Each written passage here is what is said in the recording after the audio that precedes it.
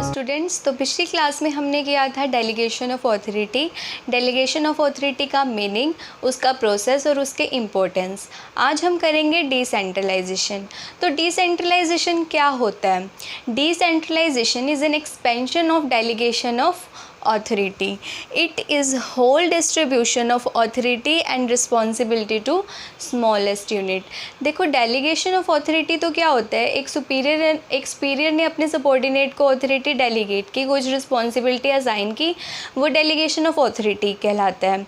जब वो ऑथोरिटी हर एक लेवल पे डिस्ट्रीब्यूट कर दी जाती है, मिडल लेवल, लोअर लेवल, मतलब पूरी ऑर्गेनाइजेशन में जब ऑथोरिटी डेलीगेट कर दी जाती है एक सुपीरियर के द्वारा अपने सबॉर्डिनेट को, तो वो डिसेंट्रलाइजेशन कहलाता है। फॉर एग्जांपल, एक चीफ मैनेजर है। चीफ मैनेजर ने प्रोडक्शन मैनेजर को रिस्पॉन्सिबिलिटी असाइन की कि आपको अपने डिवीज़न के लिए एम्प्लॉयज़ अपॉइंट करने हैं जितनी आपको ज़रूरत है, जिनकी सैलरी 10,000 से कम हो। अब ये तो हो गया डेलीगेशन ऑफ ऑथोरिटी। अगर यही ऑथोरिटी हर एक डिपार्टमेंटल हेड को असाइन कर दी जाए, production head, purchase manager, production manager, finance manager, personnel manager, हर एक डिपार्टमेंटल हेड को जब ये ड्यूटी असाइन कर दी जाती है, ऑथोरिटी डेलीगेट कर दी जाती है, तो वो कहलाता है डिसेंट्रलाइजेशन। और अगर वो डिपार्टमेंटल हेड अपने डिप्यूटी मैनेजर्स को वो ऑथोरिटी डेलीगेट कर देते हैं, तो वो क्या हो जाता है? डिसेंट्रलाइजेशन का एक्सपेंशन। तो हम ये कह सकते हैं decentralisation is an expansion of delegation of authority. तो अब हम इसके फीचर्स देखते हैं। First one is it is a process which is applicable to the organisation as a whole. ये एक ऐसा प्रोसेस है जो पूरी ऑर्गेनाइजेशन के अंदर अप्लाई होता है, पूरी ऑर्गेनाइजेशन के ऊपर अप्लाई होता है। So next point is it reduces the workload of senior officers. ये सीनियर ऑफिसर्स के वर्कलोड को कम करता है। जब सीनियर ऑफिसर्स का वर्कलोड बहुत ज़्यादा बढ़ जाता है, तो वो क्या कर देते हैं? अपने जूनियर्स को ऑथोरिटी डेलीगेट कर देते हैं।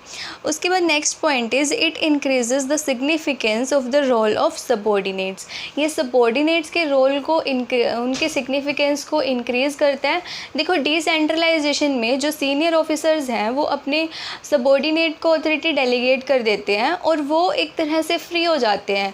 मतलब उन्हें कोई बोझ सा नहीं लगता और उन्हें वो इतना अकाउंटेबल भी नहीं होते उसको लेकर के। मतलब जो सबॉर्डिनेट्स हैं उनको कंप्लीट फ्रीडम दे दी जाती है कि आप अपनी मर्ज़ी से कोई भी डिसीजंस ले सकते हो और आपको जो सही लगता है उस पॉइंट के अंदर, उस सिचुएशन के अंदर आप वो कर सकते हो।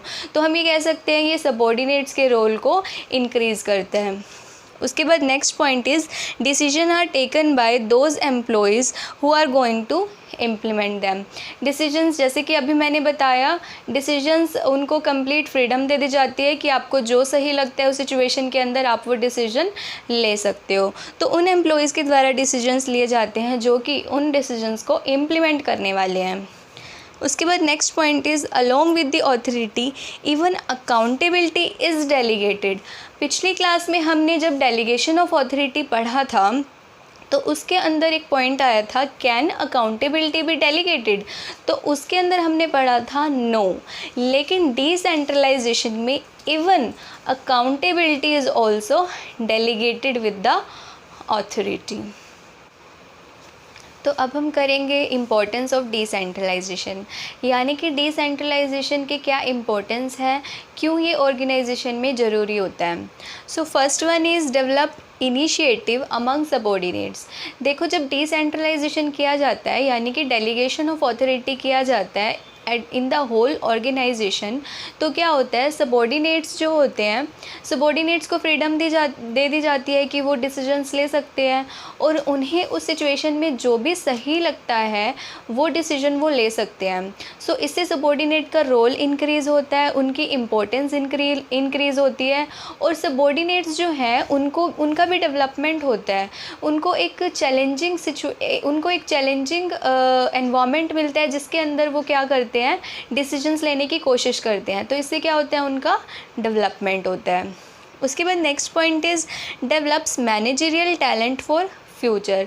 देखो जो मैनेजर्स होते हैं वो क्या करते हैं, जो छोटे मोटे डिसीजंस होते हैं वो अपने सबॉर्डिनेट के हाथों में दे देते हैं कि वो सबॉर्डिनेट उन डिसीजंस को ले लें, और वो क्या करते हैं, वो जो मेन एरियाज़ हैं मैनेजरियल एरियाज़ उनके ऊपर फोकस करते हैं।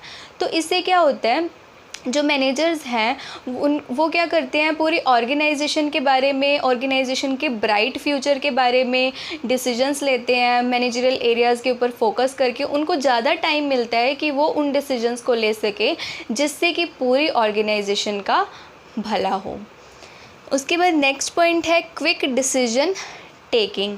देखो पूरी ऑर्गेनाइजेशन में जब डिसेंट्रलाइजेशन किया जाता है, अथॉरिटी को डेलीगेट किया जाता है, तो हर एक लेवल, हर एक डिपार्टमेंटल हेड को यानी कि डेलीगेट कर दी अथॉरिटी, तो इससे क्या होगा, डिसीजन इजीली लिया जा सकता है। इसमें हर एक डिसीजन के लिए जो टॉप लेवल है उसके अप्रूवल की ज़रूरत नहीं पड़ती। मतलब एक होता है ना कि एक डिसीजन लेने के लिए पहले टॉप मैनेजमेंट के जो जनरल मैनेजर है, सीईओ है, बोर्ड ऑफ डायरेक्टर्स, उन सब की अप्रूवल लेनी पड़ती है।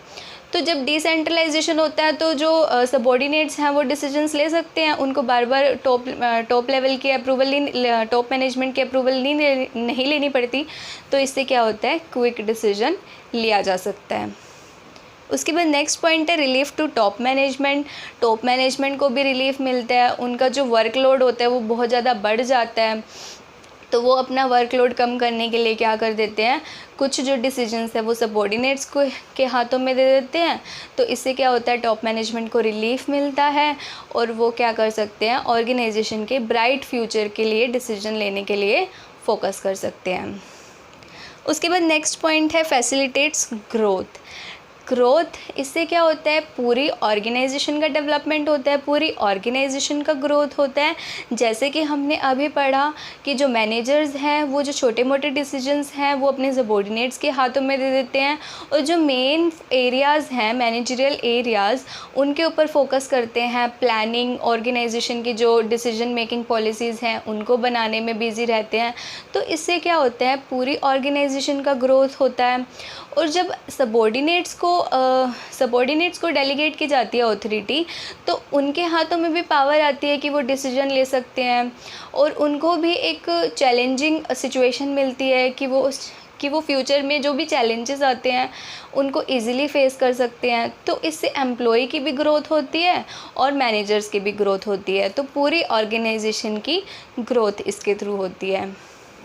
उसके बाद नेक्स्ट पॉइंट है बेटर कंट्रोल बनता है। जो मैनेजर्स हैं उन्होंने क्या किया, जो टॉप लेवल है उन्होंने जो मिडिल लेवल और लोअर लेवल है उनको अथॉरिटी डेलीगेट कर दी, और हर एक लेवल के ऊपर अथॉरिटी डेलीगेट हुई है, हर एक डिपार्टमेंटल हेड को अथॉरिटी डेलीगेट की गई है।